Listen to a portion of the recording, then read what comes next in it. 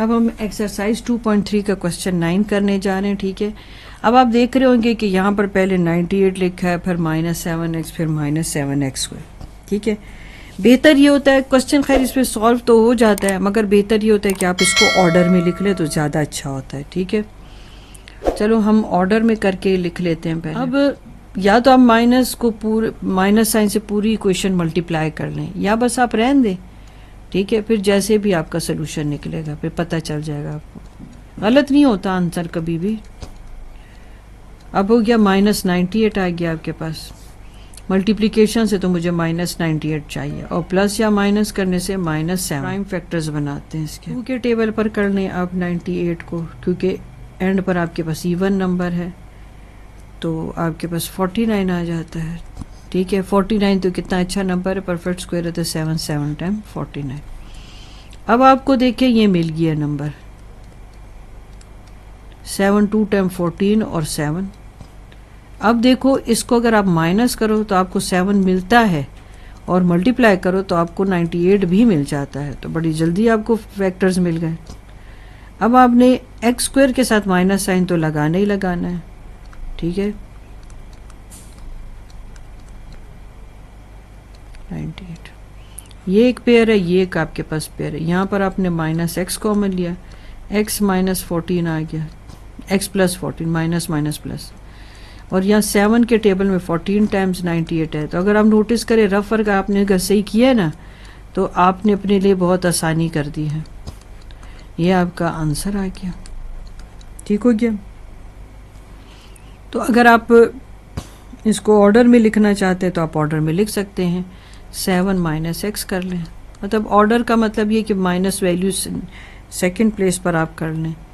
तो अगर यहाँ x आपने बाद में किया तो यहाँ भी x बाद ही में कर लें, मतलब आंसर ठीक है, चाहे आप ऊपर वाले फैक्टर्स लिखें या नीचे वाला, दोनों ठीक है। अब आपके पास आ गया 152, ठीक है। ये y परफेक्ट स्क्वायर है, 152 परफेक्ट स्क्वायर नहीं है। 1 को -152 से मल्टीप्लाई करें, मल्टीप्लिकेशन से -152 और प्लस या माइनस से -11।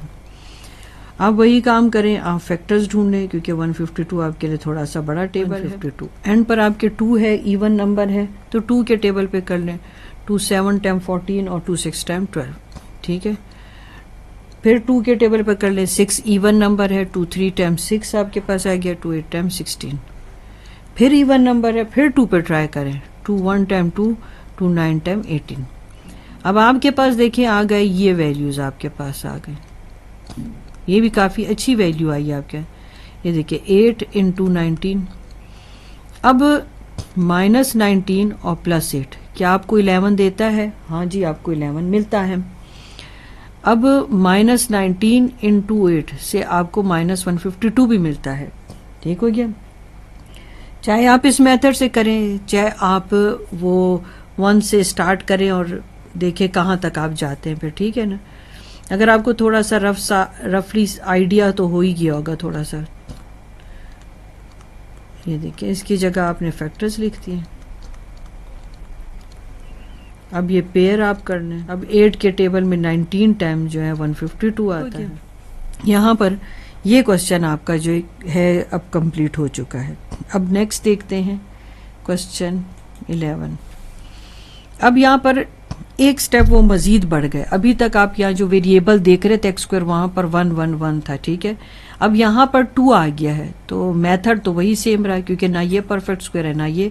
अगर 1 को आप कह भी लें कि परफेक्ट स्क्वायर है, मगर ये जो 2x² वाला पूरा टर्म है ये परफेक्ट स्क्वायर नहीं है। तो 2 को आप 1 से मल्टीप्लाई करें, 2 आ गया, ठीक है। अब आप मल्टीप्लीकेशन से ऐसी वैल्यूज देख लें कि जो मल्टीप्लिकेशन से तो 2 दे दें, मगर प्लस या माइनस करने से 3 दे दें। तो अब ये तो बहुत अच्छा सा नंबर है, 2 और 1 3 आ गया, और 2 × 1 आ गया, और प्लस साइन आ गया, ठीक है। कैसे छोटी सी वैल्यू थी आपके पास और आसानी से हो गया आपके पास, हो गया। अब पेयरिंग कर लें आप, इसमें क्या है 2x आ गया आपके पास, x + 1।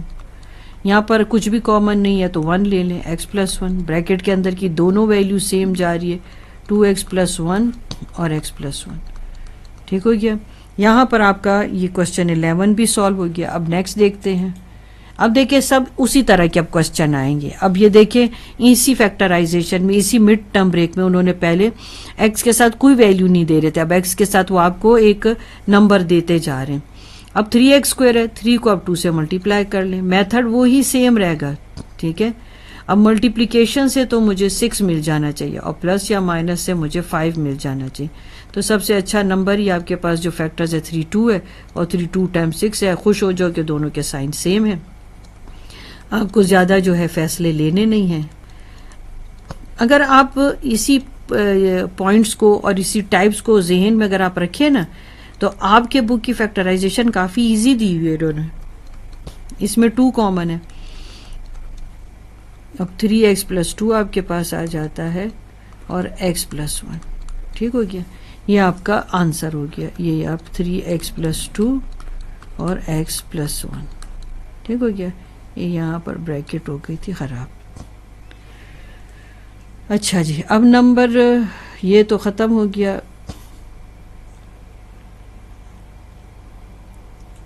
नेक्स्ट क्वेश्चन, यहाँ पर फिर आपके पास 2 आ गया ना। ये परफेक्ट स्क्वायर, अगर 1 को आप परफेक्ट स्क्वायर कह भी रहे हैं मगर 2 तो परफेक्ट स्क्वायर है नहीं, तो मिड टर्म ब्रेक। अब ये सब मिड टर्म ब्रेक ही है, मल्टीप्लिकेशन से 2 में लेना चाहिए और प्लस या माइनस करके -1। तो मुझे तो ये 2 और 1 ही अच्छे लग रहे हैं, ठीक है ना। ये -2 मिलना चाहिए, तो देखिए -2 भी मिल रहा है और हमें 1 भी मिल रहा है। तो 2x2, यहाँ पर 2x, यहाँ पर 1x, यहाँ पर -1। यहाँ 2 और x कॉमन ले लें, x - 1 प्लस 1 कॉमन ले लें, x - 1, 2x + 1 हो गया और x - 1, ठीक है। बहुत इजी सा क्वेश्चन था। अब नेक्स्ट देख लेते हैं नंबर 14। फिर अब यहाँ पर उन्होंने 6 दे दिया, 6 भी परफेक्ट स्क्वायर नहीं है, 3 भी परफेक्ट स्क्वायर नहीं है। तो चलो फिर हम मिड टर्म ब्रेक की तरफ फिर चलते हैं। 6 3 टाइम आपके पास क्या हो जाता है, 18 आ गया। मल्टीप्लिकेशन से -18 और प्लस या माइनस से मुझे +7। अब देखें ऐसे कौन से फैक्टर्स हो सकते हैं, ज़रा सोचें आप इस पर कि आपको मल्टीप्लिकेशन से मिल जाए 18 और प्लस या माइनस करें तो 7। सिंपल ही सा टेबल कोई होगा। देखिए 18, अब 18 तक के आने वाले नंबर के तो टेबल आप कर ही चुके, जैसे 9 2 टाइम्स 18 है और +9 और -2, ठीक है। साइन भी आपने यहाँ डिसाइड कर लिया, तो अब आपके पास आ गया +9x और -2x और -3। अब इसमें क्या नंबर आप कॉमन लेंगे, क्योंकि यहाँ पर देखिए 2 और 3 ऑलरेडी सिंप्लीफाइड फॉर्म में, तो 3 ठीक रहेगा, 3x, क्योंकि 3 2 टाइम्स 6 हो जाएगा और 3 3 टाइम 9। और आपको ये भी आसानी से, अब इसमें तो कुछ कॉमन है ही नहीं, -1। देखिए दोनों ज़रा एक्सप्रेशंस को नज़र में रखा करें कि क्या पॉसिबिलिटी है, क्योंकि इतने क्वेश्चन करने के बाद थोड़ा सा आप में ये सेंस डेवलप हो जाना चाहिए, ठीक है। कि आप हर तरह आपकी नज़र हो कि ये 2 पेयर मैं ले रही हूँ, क्या चीज़ कॉमन लूँ कि दोनों एक जैसे आ जाए, ठीक हो गया। चलिए अब नेक्स्ट क्वेश्चन देख लेते हैं। इसमें आपके पास क्या आ गया, यहाँ क्यूब है, 2 - 3x माइनस, ये क्यूब नहीं है ये स्क्वायर है, ठीक है। चलें ये आपके पास आ गया क्वेश्चन। चाहो तो आप इसको ऑर्डर में कर लें, ज़रा क्वेश्चन की अच्छी सी शेप बन जाती है और एक क्वाड्रेटिक फार्मूला, क्वाड्रेटिक इक्वेशन की शेप आ जाती है, ठीक है। इसको क्वाड्रेटिक इक्वेशन कहते हैं आपके पास। अब -2 को 2 से मल्टीप्लाई करें, -2 को 2 से मल्टीप्लाई करें तो -4 आ गया।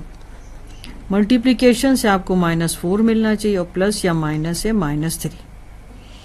अब आपके पास ऐसे कौन से नंबर है, मुझे तो 4 और 1 ही लग रहा है। -4 और +1, -4 और 1 को मल्टीप्लाई करो तो -4 आ जाता है।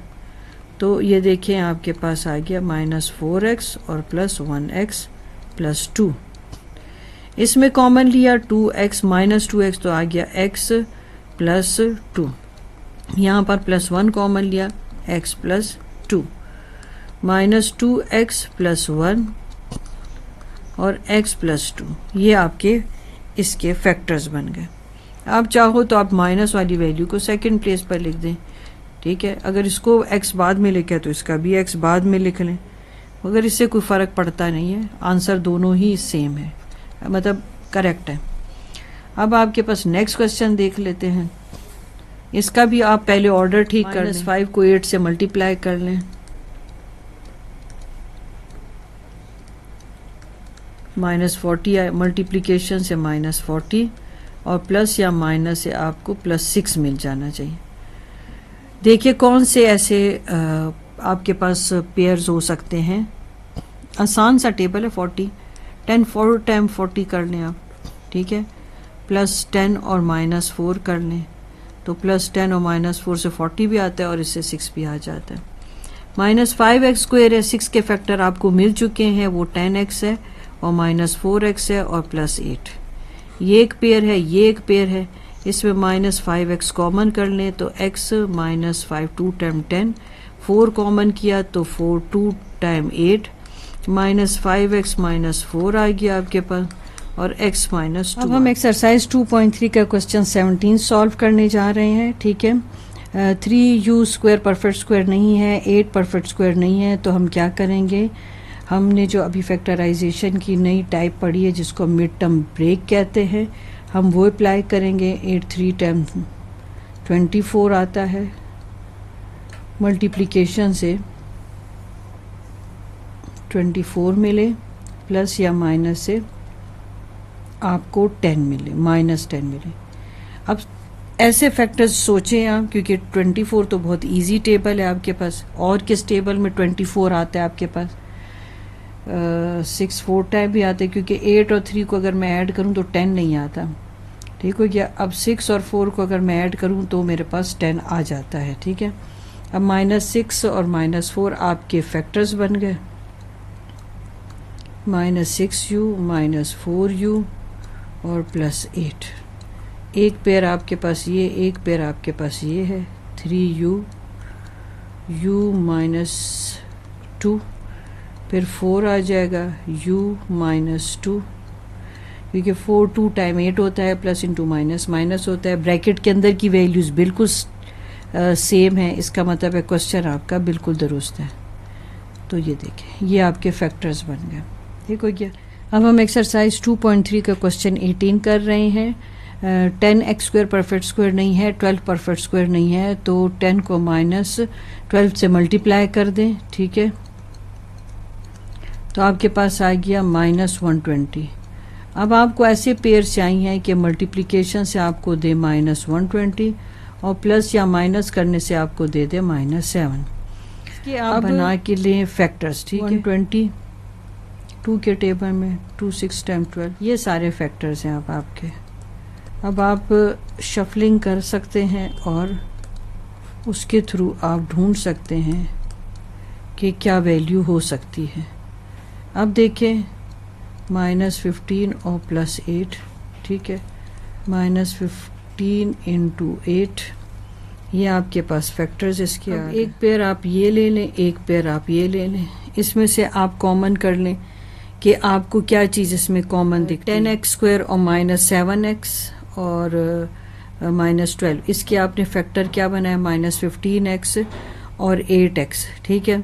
अब ये दोनों 5 के टेबल में आपके पास 10 और 15 एग्जिस्ट करते हैं, तो 5x कॉमन ले ले, 5 2 टाइम 10 हो जाता है, एक x कैंसिल हो गया, 5 3 टाइम 15 हो गया।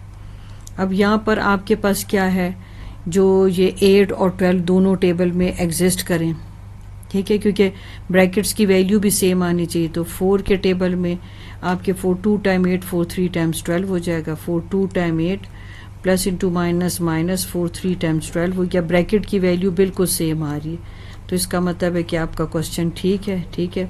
5x + 4 है और 2x - 3। अब हम एक्सरसाइज 2.3 का क्वेश्चन 19 स्टार्ट करने जा रहे हैं। 5x² परफेक्ट स्क्वायर नहीं है, 12 भी परफेक्ट स्क्वायर नहीं है। अब 5 को आप 12 से मल्टीप्लाई कर लें। 5 को 12 से मल्टीप्लाई करने से आपके पास क्या आता है, 60। अब आपके पास ऐसे फैक्टर हो जो मल्टीप्लिकेशन से दे दे 60 और प्लस या माइनस से आपको दे दे -32। चलिए हम फैक्टर्स बनाते हैं इसके, ठीक है। अच्छा, अब देखिए, तो अभी हमें स्टार्ट ही में मिल गया। देखिए, मल्टीप्लिकेशन से 2 × 30 60 ही आता है, मगर 30 और 2 को ऐड करो तो 32 भी आ जाता है, ठीक है। चलिए अच्छे, आपको जल्दी से मिल गया फैक्टर। अब -30 इंटू -2 मल्टीप्लाई करो तो 60, माइनस इंटू माइनस प्लस, ठीक है। 5x2 है आपके पास, -30x -2x और +12 पेयर्स बना लें, ठीक है। अब जब चीज़ आपको आसानी से मिल रही है, ठीक है, तो बस आप उसको ट्राई करें, ठीक है ना। अब इसमें आप 5 के टेबल से आप इन दोनों को डिवाइड करें, क्योंकि दोनों 5 ही के टेबल पर डिविजिबल हैं। ये x आ जाएगा। अब 5 के टेबल में 30 आपके पास कहाँ है, 5 6 टाइम 30 है, 2 है। अब 2 के टेबल में आपके पास 6 टाइम 12 हो जाता है, ठीक है। अब दोनों ब्रैकेट की वैल्यू सेम आ रही है, तो समझ लें कि आपका क्वेश्चन ठीक जा रहा है, ठीक हो गया। अब नेक्स्ट क्वेश्चन देख लेते हैं। ये लास्ट क्वेश्चन है आपका। अब देखें, अब आपको ये क्वेश्चन बहुत ही कोई मुश्किल लगता होगा, मगर ये डिफ़िकल्ट नहीं है। आप वही लास्ट वैल्यू को आप फर्स्ट वैल्यू के कोफिशिएंट से, यानी x² के कोफिशिएंट से आप मल्टीप्लाई कर ले लास्ट जो आपके पास कांस्टेंट वैल्यू है। तो देखिए इसको सॉल्व करने का क्या तरीका है, plus into minus minus, 4 2 time 8। अब ये 3 जो है, देखें जब भी स्क्वायर रूट की कोई भी वैल्यू आपस में ऐसे मल्टीप्लाई हो रही होती है तो उसको हम ऐसे कंबाइन करके लिख सकते हैं, ठीक है। मैं आपको इसको पूरी डिटेल में समझा रही। ये हो गया, इसका क्या मतलब है, ये 2 स्क्वायर रूट से कैंसिल हो गया तो आपके पास 3 आ गया। 8 3 टाइम क्या आता है, 24। अब आपको ऐसी वैल्यू चाहिए कि मल्टीप्लिकेशन से दे दे 24 -24, मगर प्लस या माइनस से आपको दे +5। बिल्कुल सिंपल टेबल है। 8 3 टाइम्स 24 है, ठीक है। +8 और -3 आप करो तो आपके पास +5 भी आ जाएगा, और प्लस इंटू माइनस आपके पास -24 भी आ जाएगा, ठीक है। मगर अब यहाँ पर एक काम आपको करना होगा। देखिए ठहरे, मैं यहाँ पर आपको करके देती हूँ। आप पहले फैक्टर्स बना लें, फैक्टर्स लिख लें, फिर मैं आपको बताती हूँ। अब देखिए यहाँ पर आप जो है वैल्यू जो है वो आपकी इस रेडिकल साइन के अंदर क्लोज है, ठीक है ना। अब आपने इस जो वैल्यू है इसमें जो 3 है, आपने देखा था मैंने 3 को कितने स्टेप्स में यहाँ तक लेकर आई थी, ठीक है। अगर मैं ये दोबारा यूँ लिख दूँ खाली आपको समझाने के लिए, ताकि आपको मेरी बात जल्दी समझ आ जाए। ये मल्टीप्लिकेशन का साइन है, फिर 3 ये स्क्वायर हो जाता है और 3 बाहर हो जाता है। इसका क्या मतलब है कि ये 3 इसके इक्वल है कि नहीं है। तो इस -3 की जगह अगर मैं इस रेडिकल साइन के अंदर ही ये वैल्यू को मल्टीप्लिकेटिव फॉर्म में लिखूँ तो इसका मतलब तो यही है, मगर मेरा सोल्यूशन इजीली निकल आएगा। ये आपका एक पेयर है, ये अब आपका एक पेयर है। इसमें आप 4x कॉमन ले लें, आपके पास x और आपके पास ये रूट के अंदर आपके पास 3 आ गया, ठीक है। 4 2 टाइम 8 आ गया। यहाँ पर √3 जो है वो आपके पास कॉमन है, क्योंकि दोनों में √3 ही एग्जिस्ट करता है। माइनस इंटू माइनस प्लस हो गया तो आपके पास ax और √3 आ गया। माइनस इंटू माइनस प्लस आ गया और 2, ठीक है। देखिए ब्रैकेट के अंदर आपके पास वैल्यू सेम आ रही, 4x माइनस और √3 आ गया, x √3 + 2, ये आपका आंसर हो गया।